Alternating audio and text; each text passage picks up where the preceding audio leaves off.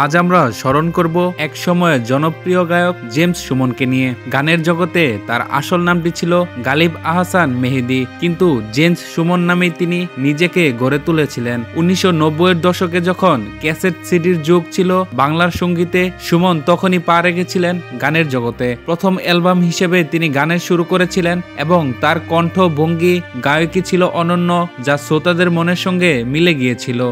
তুমি যাও চলে 2002 সালে এক মোড় ঘুরিয়ে দেয় তার জীবন। তিনি গাইলেন একটা চাদর হবে গানটি, যা মাত্র একটার জন্য নয়, বাংলা গানের এক যুগকে স্পর্শ করেছে। এই গান বের হতে রাতারাতি তিনি হয়ে ওঠেন দেশের হৃদয়ে নাম করে ফেলেন, জনপ্রিয় গায়ক হয়ে যান রাতারাতি। কিন্তু সাফল্যের পরেও তিনি এক সময় গানের ঘর থেকে একদম দূরে চলে যান ব্যক্তিগত ও পারিবারিক কারণে। বিজ্ঞাপনী ব্যবসায় সময় দেন, সংসার গড়েন এবং তার ফলে নতুন গান আর গাওয়া হয়নি।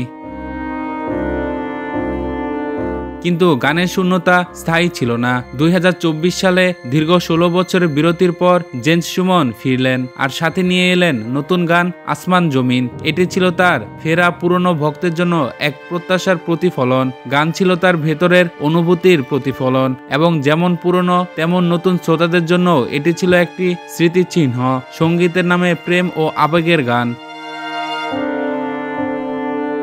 একটা চাদর হবের গায়ক জেমস সুমন শেষ নিঃশ্বাস ত্যাগ করেছেন। তখন তিনি চিকিৎসাধীন ছিলেন।